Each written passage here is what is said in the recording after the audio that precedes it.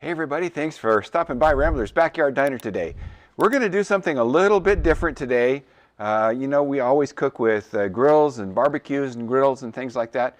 Today we're going to try this new device that I got. This is an Instant Pot, an Instant Pot RIO XL.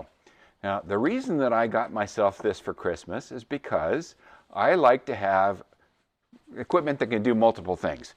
This one can do sous vide. And, well, I haven't done a whole lot of sous videing on the channel yet, but I love to sous vide my meat, and it turns out fantastic, mouth-watering. Your meat turns out edge to edge pink with a nice crust on the bottom and a nice crust on the top, and not from the sous vide machine. Of course, you do have to sear it when you're done, but it just turns out so beautiful, so perfect, so delicious, and so tasty and so tender. We had to try it. So today we're going to use our Instant Pot to sous vide a beautiful steak from Snake River Farms, and you can see we are starting with some really nice meat here today. This is Snake River Farms American Wagyu, and I'm not sponsored, by the way. Would love to be. Snake River Farms, if you're watching, I would love to be sponsored, but I'm not. I just use this because I love the meat. It's so very, very good. Normally I use a different sous vide piece of equipment that I'll show you here, and it has worked out fantastic, but we wanted to try something that has multiple uses, so that's why we got this. So here we go. Okay, so first thing we've got to do is we've got to season our meat. So if you want to come and take a look at that, I've got my salt, onion, garlic, and pepper blend that I use all the time, and we're just going to keep it simple. No special spices, no rosemary, anything like that. So just drop some down on there, pat it in, and turn it over. And we're going to do some more on the other side. Now we're going to drop some down on our pan here so we can get the edges as well. Make sure you season the edges. Pat that in. And then take the edges and run it through that seasoning that you drop down there. Make sure we get everything all nicely seasoned. And now we're ready to pack it up. Okay, you can do this using a Ziploc bag through the water immersion method, but I'm not going to show you that today. Just if you do decide to use the Ziploc and water immersion method, make sure that you don't use the kind with the little slider across the top, because it always leaves a tiny little gap that water can get in, and you don't want that. So what we're going to do now is we're going to take our bag here, our vacuum bag. We're going to turn the top over like this so that we keep it clean and free from any salt or pepper or anything like that that will make it difficult for it to seal. And we're going to put our nice, beautiful steak in there and turn it back the way it belongs. And we're going to go over to our sealer and we're going to seal it. Okay, so we're going to put it into our sealer, make sure that it is in there properly and all smoothed out. Put it down and hit the vacuum and seal button, and here we go. Perfect, so we got one seal on it. I always like to make a double seal when I'm doing sous vide. So we're going to put a second seal on there just by pressing the manual seal button. And you don't need to see the whole thing, but we're just going to end up with a second seal. Okay, so you can see I've got a double seal on this, and that will keep any water from getting into our steak. Okay, so we're going to open it up. We're going to take the inside pan out. This has a trivet in it. I'm going to leave the trivet in so that the meat doesn't touch the bottom of the pan and melt the plastic or anything like that. I think that's what we're supposed to do. So I'm going to go fill it with water, and I'll be right back. Okay, so I've started with some warm water, not hot, just warm, and we're going to put our steak in. I have filled it up so that it's not quite to the maximum level here. Our steak should be just fine to go in there. We're going to close up the top, and we'll get started. Now we're going to press sous vide, and we are going to do custom. And let's see, we're going to do 2 hours And we're going to set our temperature to 135, perfect medium rare. And now we're going to press the start button. It will take a few minutes to preheat, and then it will cook for 2 hours.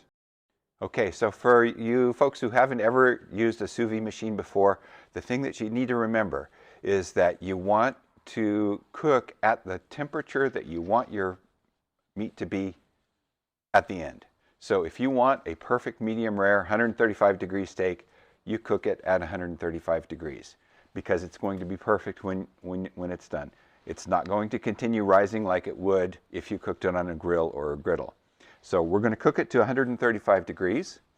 We'll take it out in about 2 hours, and we'll finish it off by using our sear gun. Now, to finish off our meal, we're also going to be roasting some potatoes, asparagus, and carrots in our pizza oven. So about 40 minutes before the sous vide is finished, we'll come back and we'll get that started and show you how we do it. All right, so the sous vide has been cruising along for about an hour and a half. We have 31 minutes left. So I thought I'd come out here and show you what the rest of the meal is going to be. So I've got my cast iron here, and we're going to take some olive oil and put down in the bottom of that cast iron. And we're going to rub it around. Make sure that that cast iron is well taken care of, slick and nice and smooth. All right, so I have some baby potatoes here. These are going to take probably 20 to 25 minutes to cook. And I've got some carrots. I'm guessing those are going to take about 10 minutes, and the asparagus will take about 10 minutes. So we're going to put this in first, and then after 10 to 15 minutes, we will put the rest of the stuff in and let it cook. Okay, so we're going to take our baby potatoes and we're going to put them in here. And I'm going to drizzle a little bit of olive oil over each one of them. And we're going to take our salt, pepper, onion, garlic, sprinkle lightly over the top. Make sure everybody gets just a little bit. And off to the pizza oven we go. Okay, so here we are at the pizza oven. I'm going to turn off the stone, the rotating stone, put that in there, release it, turn the stone back on. We're going to let that cruise for about 10 minutes.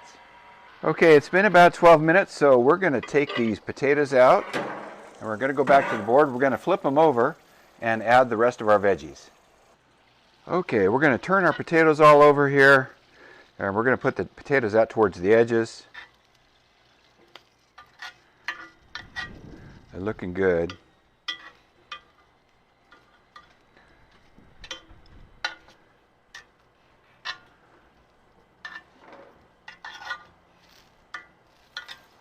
And now let's add the carrots.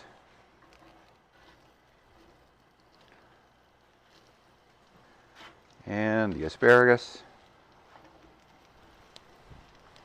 Let's see if we can find a spot for our shiitake mushrooms.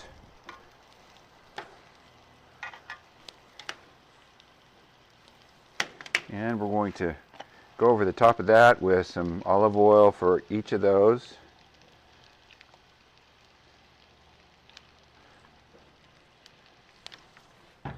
And a little salt, pepper, onion, garlic.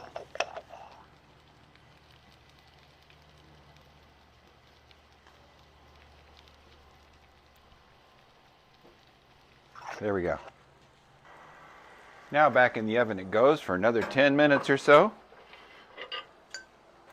Okay, so our sous vide machine, our Instant Pot RIO XL, has told us that our sous vide steak is done. So here we go. We're going to remove the lid.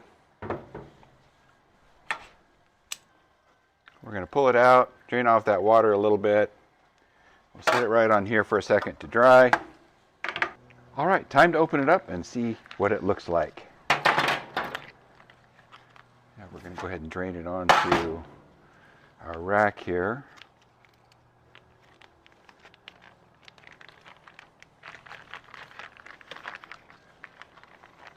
Okay, that looks ugly, doesn't it? Well, we're going to fix that. Okay, we're going to pat it dry on both sides and around the edges.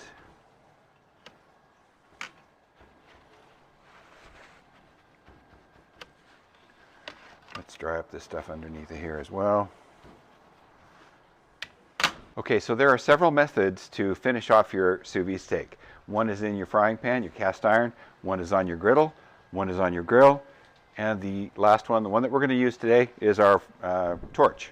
So here we go.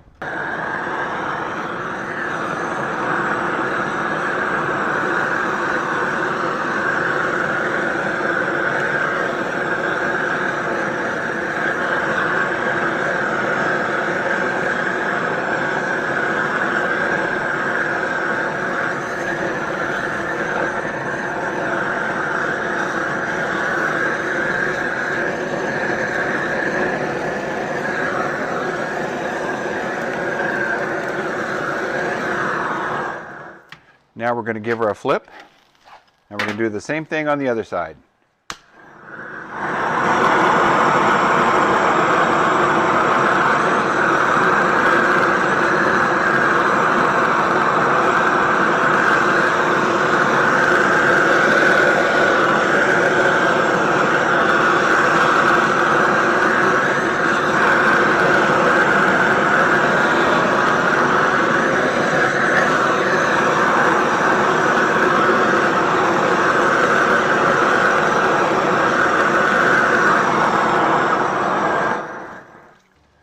Okay, it's become quite chilly out here with a really big wind, so what we're going to do, the first thing we're going to do is we're going to cut right down the middle here so you can see what this looks like.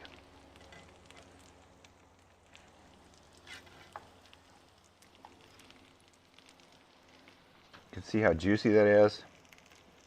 Still nice and pink, edge to edge. The burner doesn't create a gray band. It's beautiful. So before I plate it up, I'm going to go ahead and slice one little slice out of here, and we're going to see how we did.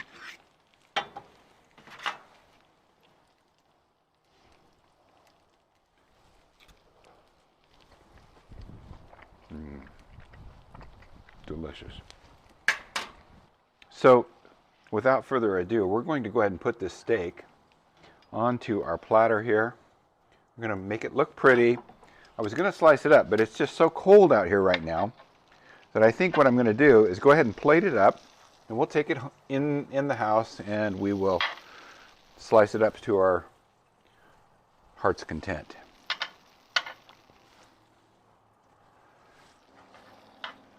And get our carrots.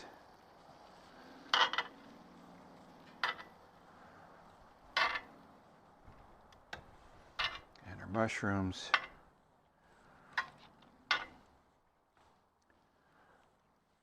And let's grab our potatoes.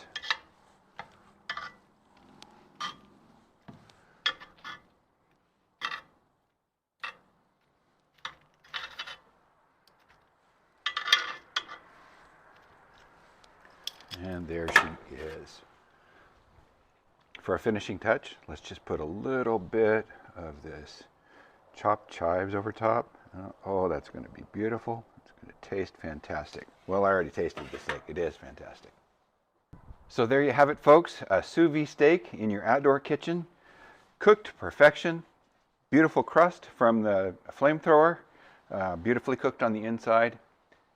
Delicious. Absolutely delicious. Thanks for stopping by Rambler's Backyard Diner today. We hope this inspired you to do something in your own kitchen or in your own backyard. If it did, hit us with a like. We'd really appreciate it. You know, I'm no Guga. He does the best kind of steaks with sous vide and all of that stuff. But I tell you, if Guga can do it, so can I, and so can you. Thanks again for stopping by. We really do appreciate it. We'll see you next time.